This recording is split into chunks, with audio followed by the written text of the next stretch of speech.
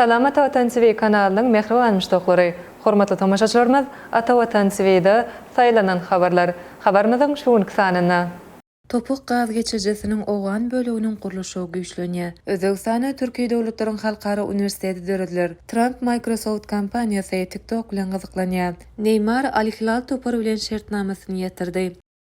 Türkmenistan, Awganistan, Pakistan, Hindistan gaz geçirjesiniň owan bölüginiň gurulşy batly dipine eýi bolýar. Geçen aýyň başynda Awganistanda bir taslamanyň iş ýüzüne durmuşa geçirilip başlanan wagtyndan beri eýýam turwa geçirjileriniň 6 kilometr gurully. Bu barada Awganistanyň Ariana habarlary gulluq habar berýär. Herat welaýatynyň gubernatory Mawlan Islam Jar gaz geçirji taslamasynyň Awganistanyň gurulşy boýunça dowşuk geçirdi. Şol dowşukda taslama barada hasawat berildi. Şol dowşukda Herat welaýatynyň gubernatory Seyitleýin Ertuğrul taslamanyň durmuşa geçirilmegini şartlandyrmaga hem taraplaryň gollap bermäge taýýardygyny bellädi. Mälim bolýarly Türkmenistan, Awganistan, Pakistan, Hindistan gaz geçirjisiniň mühim bölügini arkadan ak ýolu bilen serhedawat Herat gaz geçirjisiniň gurulşygyny geçen ýyl badalga berilipdi. Seyitleýin energetik howpsuzlyk hem ykdysady ösüş babatda mühim taslamalaryň biridir. Bu taslamanyň diňe Awganistany epesli ykdysady behbitler getirip 12.000 iş ornunyň döredilmegine we her ýyl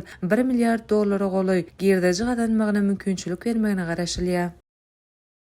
Özbegistanyň paýtagtynda Türkiýe döwletleriň halkara universiteti dörediler. Bu barada özbek medeniýeti ýurdun adalet ministrligine salgylanyp habar berýär. Täze ýokary bilim edarasy inženerçilik, gurulşyk, logistika, maglumat tehnologiýasy we programmerlemek, saglyk goraýyş, owakyjylyk, azyk senagaty, ykdysadyýat we durmuş uğurlarda halkara ülümlerine laýyklykda hünärmenler taýýarlaýar. 2025-2026 okuw ýylynyň başlap universiteti okuw maksatnamasy bilim ulgamyny halkara ıqrar edilen gurumalaryň reytingine öňdäki 1000 ornuna orn alan kemde öz ornuna öňde barjy bolan Türkiýanyň ýokary bilim edaralarynyň okuw maksatnamasy boýunça amala aşyrlar diýilip beýanatda belenilýär. Universitet taliplere bilim tölegli şertnamalaryň esasy berilip, kabul edilýän we tölegli şertnamanyň görkezleri bilim edarasy tarapyndan kesýetlenir. Ýokary bilim edarasynyň işini utgaşdyrmak üçin dolandyrjylar geňeşi dörediler.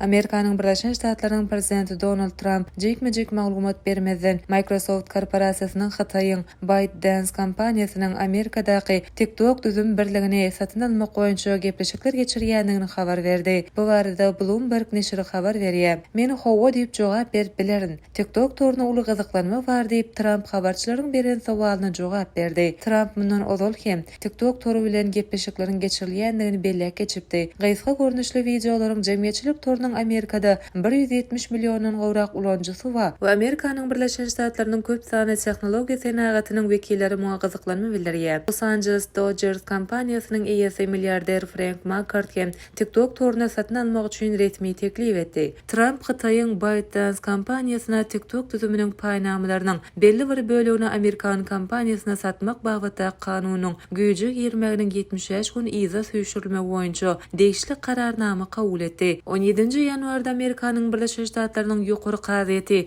TikTok torunyň Amerikaly şahsa satylmadyk halatyna jemgyýetçilik toruna gadaganlyk girizme kanunyny gollapdy. Bu kanun bir neçe sagat güýje girip, ulanjylar üçin jemgyýetçilik tory elitersiz bolupdy.